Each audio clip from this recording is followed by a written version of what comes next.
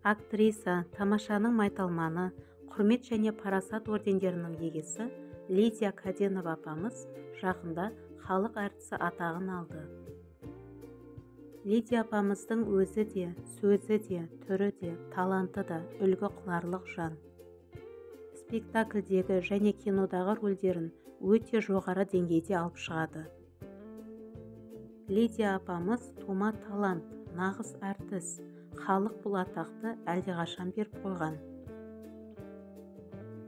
Киелі сахна төрінде талай жылдан бері талай рөлдерді сомдаған Лидия апамыз соңғы кезде қазақша сериалдарда басты рөлдерді ойнап жүр.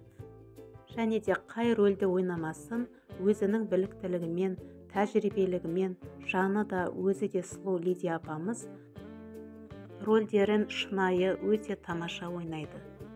Былтыр экранға жол тартқан «Жат бауыр» сериалы рейтингі өте жоғары деңгейде болды.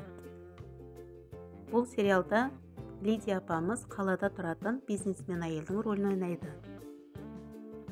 Ал жақында көгілдір экранға жол тартқан «Көршінің қызы» сериалында Лидия Каденова басты рөлдердің бірін сомдайды. Онда балаларына бағыт-бағдар беріп отыратын, немерелерін жақсы көретін, кесте тігетін, ұршық еретін, жүн сабап жүн түтетін кәдімгі қарапайым қазақ әжесін көреміз. Әрбір рөлді беріліп ойнайтын, өзінің кейіпкерін қарапайым өмірдегідей шынайы алып шығатын, халықтың құрметі мен қошеметіне бөленіп жүретін Лидия Каденова апамыз қандай құрметке де, қандай атаққа да лайықты жан.